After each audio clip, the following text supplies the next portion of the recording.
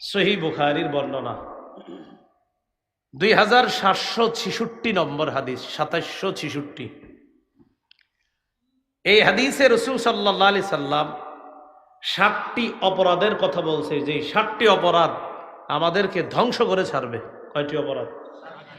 এই 7 অপরাধের কথা জানবো। জানার পর যদি আমাদের মধ্যে অপরাধগুলা কেউ না করি, ভবিষ্যতে করব না, আর কারো মধ্যে এই অপরাধ থাকলে আমরা ছেড়ে দিব। বলেন ইনশাআল্লাহ। قال رسول الله صلى الله عليه وسلم اجتنبوا السبع الموبقات। নবী বলেন 7টি ধ্বংসাত্মক অপরাধ থেকে বাঁচো। 7টি অপরাধ এমন যে অপরাধগুলা মানুষকে ধ্বংস করে দেয়। ক্বালু ওয়া মা হুন্না ইয়া রাসূলুল্লাহ, এই 7টি অপরাধ কি আপনার কাছে জানতে চাই। নবীজি বলেন 1 নাম্বার আশ-শিরকু বিল্লাহ, আল্লাহর সাথে শিরক করা। আল্লাহর সাথে শিরক করা। শিরক কি জিনিস সহজে বুঝেন। 30টা রোজা রাখছেন, ঈদের দিন আপনার আপন আব্বার কবর জিয়ারত করতে গেছেন। আপনার জন্মদানকারী পিতা, তার কবর জিয়ারত করতে গেছেন, এটা তো ভালো, অবশ্যই ভালো কবর জিয়ারত। আপনার বাবার কবরও জিয়ারত করার শেষ করার পর আরেক আব্বার কবর জিয়ারত করতে গেছেন। কথার কথা, আরেক আব্বা বলতে আমরা অনেক সময় অনেককে বাবা বলে সম্বোধন করি, হতে পারে যে উনি আমার বাবার বয়সী, উনি আমার শ্রদ্ধেয় বাবার মতো। তো এরকম আরেকজনের কবর জিয়ারত করতে গেলেন, এটাও খারাপ না, কবর জিয়ারত খারাপ না, এটা অবশ্যই ভালো। কিন্তু কবর জিয়ারত করতে গিয়ে আশেপাশে তাকাইলেন, তাকায়া দেখলেন কেউ নাই, তখন ছোট্ট করে একটা সিজদা দিছেন কবরে। কি করছেন? কেউ দেখে নাই আপনারে, তো না দেখলে কি হয়েছে? কে দেখছে? আল্লাহ। যিনি আপনার রমজানের 30টা রোজার প্রতিদান দিতেন তিনি দেখে ফেলছে, অতএব শেষ, সব শেষ। সূরা জুমারের 65 নম্বর আয়াতে আল্লাহ বলেন, আয়াতটা একটু মনে রাখবেন, সবাইকে আয়াতের দাওয়াতটা দিয়ে দিবেন। সূরা জুমার 65, সূরা জুমার 65। ওয়ালাকাদ উহিয়া ইলাইকা ওয়া ইলাল্লাযীনা মিন ক্বাবলিক লাইন আশরাকতা লায়াহবাতান্না আমালুকা ওয়া লাতাকুনান্না মিনাল খাসিরিন। নবী, আপনার প্রতি আপনার পূর্ববর্তীদের প্রতি এই মর্মে ওহী প্রেরণ করা হয়েছে, যদি আপনি শিরক করেন আপনার আমলনামা বরবাদ। যদি আপনি শিরক করেন, নবী যদি আপনি শিরক করেন, অবশ্যই অবশ্যই আপনার আমলনামা সব নষ্ট হয়ে যাবে। নবীদের আমলের শেষ নাই, আমাদের তো আমলই নাই। তো নবীকে আল্লাহ বলতেছে শিরক করলে সব বরবাদ। তাহলে কয়টি অপরাধ জানি আমাদেরকে ধ্বংস করে? 7টি। 1 নাম্বার শিরক। 2 নাম্বার ওয়াসসিহরু, জাদু করা। এই এক মহামারী দেখা দিছে এখন। একটা ছেলে আরেকটা মেয়ের সাথে প্রেম করছে, তো বিয়ে হয় নাই, এখন এই মেয়ের জাদু টোনা কইরা তার বিয়ে বন্ধ করে রাখে। এই কাজ করবেন না, আপনার তাকদীরে নাই, তাই আপনি এই মেয়েকে পান নাই। আল্লাহ তো লিখে রাখছে কার সাথে কার বিয়ে হবে। আপনি কেন জোর করে আর পরে তাকে বিয়ে করতে চান? উল্টা তারে তো বিয়ে করেন না, তারেও জাদু করে নষ্ট করে দিতে চাচ্ছেন। তার পুরো পরিবারটাকে আপনি জাদুর মাধ্যমে পুরাই ধ্বংস করে দিতে চাচ্ছেন। এগুলো হারাম, এগুলা ঠিক না। যে ঘরে এই সমস্যা আছে, নিয়মিত সূরা বাকারা পড়বেন, নিয়মিত সূরা বাকারা পড়বেন, যদি একটু বড় সূরাটা। এরপরও এই জাতীয় ঝামেলা থাকলে, যদি দেখেন কোনো ঘরে জাদু টোনার আশঙ্কা আছে, মেয়েটার বিয়ে হচ্ছে না, আর আপনাদের মনে হচ্ছে কুফুর করছে, জাদু করছে, সূরা বাকারা পড়বেন। রাসূলুল্লাহ সাল্লাল্লাহু আলাইহি সাল্লাম বলেছেন, লা তাসতাতিউহাল বাতালা, সূরা বাকারার সাথে জাদুকররা, গণকরা মোকাবেলা করে পারে না। যেই ঘরে সূরা বাকারা তেলাওয়াত করা হবে, ওই ঘরে কাউকে যদি জাদুকারীরা ক্ষতি করতে চায়, তাও পারবে না ইনশাআল্লাহ। তাহলে 2 নাম্বার জাদু করা। জাদু আমরা কাউকে করব না, আমাদেরকেও যেন কেউ জাদু করতে না পারে, তাই বলেন সবাই তাই। ফজরের পর 3 বার কুল হু আল্লাহ, 3 বার কুল আউযু বিরাব্বিল ফালাক, 3 বার নাস। তাহলে 3টা সূরা কয়বার করে? 3 বার, 9 বার পড়ব। পরে এই যে দেখেন শুধু সামনের দিকে এভাবে, আপনি ফু না দিলেও কিচ্ছু হবে না, বাকি ঘুমের সময় ফু দিবেন। ঘুমের আগে আমলটা যখন করবেন তখন হাতে ফু দিবেন, এইভাবে ফু দিয়ে এই সামনের অংশটা এইভাবে মুছে দিবেন, সামনের অংশ। তাহলে ফজরের পরে 3 বার কুল হু আল্লাহ, 3 বার ফালাক, 3 বার নাস। জোহরের পরে কুল হু আল্লাহ 1 বার, ফালাক 1 বার, নাস 1 বার। আসরের পরে কুল হু আল্লাহ 1 বার, ফালাক 1 বার, নাস 1 বার। মাগরিবের পরে কুল হু আল্লাহ 3 বার, ফালাক 3 বার, নাস 3 বার। এশার পরে কুল হু আল্লাহ 1 বার, ফালাক 1 বার, নাস 1 বার।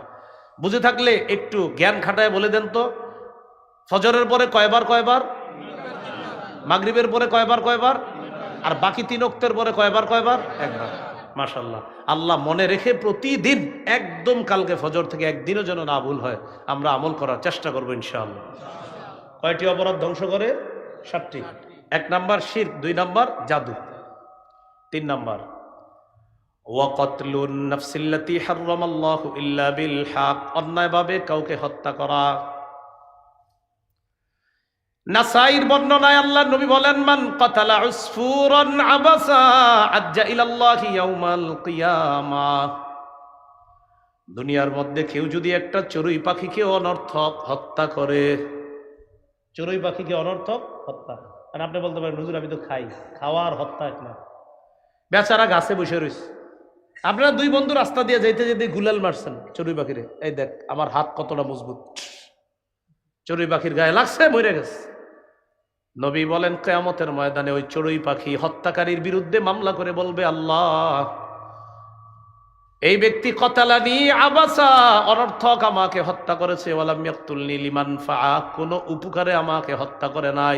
মাবুদ যদি আমাকে হালাল পদ্ধতিতে জবাই করে খাইতো তাহলে ঠিক ছিল, কিন্তু এই ব্যক্তি আমাকে অনর্থক হত্যা করেছে, আমি বিচার চাই। চড়ুই পাখি, তাহলে মানুষ মারলে কি হবে? তাহলে হত্যা দুনিয়া বরবাদ, আখিরাত বরবাদ। 4 নাম্বারটা বলি, যদিও আপনাদের এলাকায় হয়তো এটা অপরিচিত, তারপরে বলি, কিন্তু ভবিষ্যতে কখনো হইলে আমরা এটা বর্জন করব, বলেন ইনশাআল্লাহ। বলবো 4 নাম্বারটা, ওয়া আকলুর রিবা, সুদ খাওয়া। জোরে দিকে এগুলা চিনে মানুষ কি বলে। 4 নাম্বার সুদ খাওয়া, এটা দুনিয়া বরবাদ করে, আখিরাত বরবাদ করে। যারা এই অপরাধে লিপ্ত আছে আমরা সবাই দোয়া করি আল্লাহ যেন তাদেরকে ফিরিয়ে আনেন। ভাই সুদ খায়েন না, ফিরে আসেন। সুদের ভয়াবহতা অনেক বেশি, আল্লাহ হেফাজত করেন। সুদ লেখা, আমার নামটা পাশে লেখা একটা সার্চ দিবেন, লম্বা বয়ান আছে সুদের, হ্যাঁ লম্বা বয়ান আছে সুদ সম্পর্কে, 16টা ভয়াবহতা সুদের। এক বয়ানে 12টা, আরেক বয়ানে বলছি 16টা। তো 16টা যেখানে বলছি ওইটাই শুনেন, ওইটা বিস্তারিত আলোচনা। এগুলো আপনার 4 নাম্বার। 5 নাম্বার ওয়া আকলু মালিল ইয়াতীম, এতিমের সম্পদ অন্যায়ভাবে ভক্ষণ করা। বড় ভাই মারা গেছে, যাওয়ার পর তার 3টা সন্তান এতিম। এবার চাচা চিন্তা করে কলমের খুসায় কিভাবে তাদের জমিগুলা নেওয়া যায়। ওয়া আকলু মালিল ইয়াতীম, এতিমের সম্পদ অন্যায়ভাবে ভক্ষণ করা।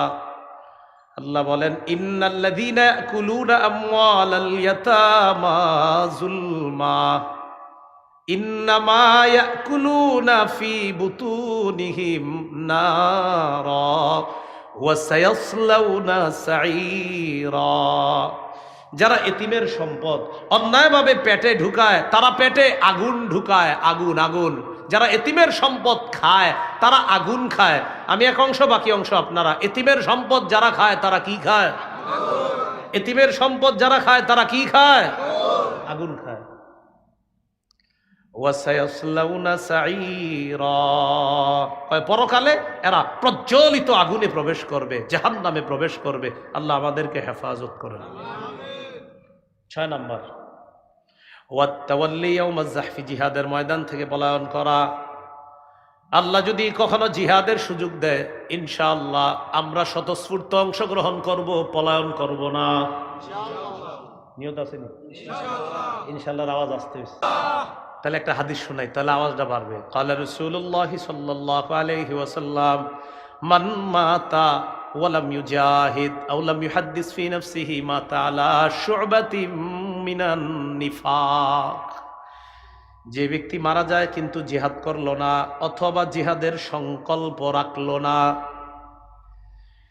যে ব্যক্তি মারা যায় জিহাদ করলো না অথবা জিহাদের সংকল্প রাখলো না, সে নেফাকি মৃত্যুবরণ করবে। কি মৃত্যুবরণ? মুনাফিকি মৃত্যুবরণ। জিহাদের নিয়ত থাকতে হবে। জিহাদ মানি, বলেন সবাই জিহাদ মানি সন্ত্রাস নির্মূল করা। বলেন জিহাদ মানি সন্ত্রাস নির্মূল করা। জিহাদ আর সন্ত্রাস সম্পূর্ণ আলাদা। সন্ত্রাস অপবিত্র, জিহাদ পবিত্র। এবার আপনারা বলবেন জিহাদ আর সন্ত্রাস সম্পূর্ণ আলাদা, জিহাদ পবিত্র, সন্ত্রাস অপবিত্র। এই কথাগুলা বেশি বেশি বলে বুঝাতে হবে সবাইকে। তাহলে 6 নাম্বার, জিহাদের ময়দান থেকে পলায়ন করা এটা অপরাধ। 7 নাম্বার, ওয়াকসফুল মুহসানাতিল মুমিনাতিল গাফিলাত, সতীসাদী মুমিন নারীর উপর মিথ্যা অপবাদ দেওয়া। সতীসাদী মুমিন নারীর উপর মিথ্যা অপবাদ। পুকুরের পশ্চিম পারের আব্দুর রহিমের কন্যার বিয়ে ঠিক হয়েছে। তো সাধারণত আমাদের এলাকাগুলার কিছু এলাকায় এরকম বদভ্যাস আছে, একজনের মেয়ের বিয়ে ভালো জায়গায় ঠিক হওয়া, পাশের জন সহ্য করে না, যে হ্যাঁ এত ভালো জায়গায় বিয়ে হইব কেন। বর পক্ষের বাবার ফোন নাম্বার নিয়ে ফোন দেয়, মেয়ের সব কিছু জানছেন? কি শুনলাম বিয়ে, হ্যাঁ আগামী শুক্রবারই তো বিয়ে। তো সব জানছেন নি? জি জানছি, তো মেয়ে এই এই পড়াশোনায়। আর কিছু বলে নাই? না। আর অন্য কিছু বলে নাই? না। কোনো সমস্যার কথা বলে নাই? না। তো ঠিক আছে রাখি। হ্যাঁ কিন্তু কিছু কয় নাই, কারণ সমস্যা তো নাই মেয়ের। এই যে একটা কথা বলে রেখা দিছে, ছেলের বাবার মেজাজ মাথাটা কি হবে এখন আপনারা বলেন? কি ঘটনা, কি কি সমস্যা, কি আসলে কি সমস্যা হবে? এই যে আপনি মুমিন একটা মেয়ের উপর একটা অপবাদ লাগাইয়া দিলেন, তাও অপবাদ সুন্দর মতো দিতে পারেন নাই, শুধু শুধু একটা সন্দেহ ঢুকিয়ে দিলেন। আল্লাহর কাছে জবাব দেওয়ার জন্য রেডি থাকেন। দুনিয়াও নষ্ট করতেছেন, আর দুনিয়াতে আল্লাহ আপনারা ছাড়বে না, মনে রাখবেন, পরকালও বরবাদ। এই 7টি বদভ্যাস অপরাধ থেকে আল্লাহ আমাদের সকলকে বেঁচে থাকার তৌফিক দান করেন। বলেন তো আজকে আমাদের আলোচ্য বিষয় কয় অংশে? 1 পাপ, 2 নাম্বার তওবা। তাহলে পাপের বিষয়ে মোটামুটি জানলাম। এখন কথা হলো পাপ থেকে বাঁচার উপায় কি। প্রথম আলোচনার চেয়ে এটা গুরুত্বপূর্ণ আলোচনা বেশি, দ্বিতীয় অংশটা। পাপ থেকে বাঁচার কি উপায়?